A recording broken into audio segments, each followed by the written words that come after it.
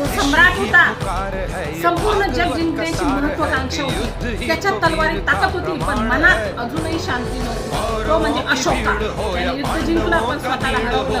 कलिंगचं युद्ध, रक्ताने लाल झालेली धरती, हजारो मृतदेह आणि रडणाऱ्या आईंची हाक. त्या दिवशी अशोकाने विजय पाहिला, पण त्या विजयात त्याला फक्त दुःख दिसलं. तलवार खाली पडली, डोळ्यात अश्रू आले आणि एक सम्राट पहिल्यांदाच रडला.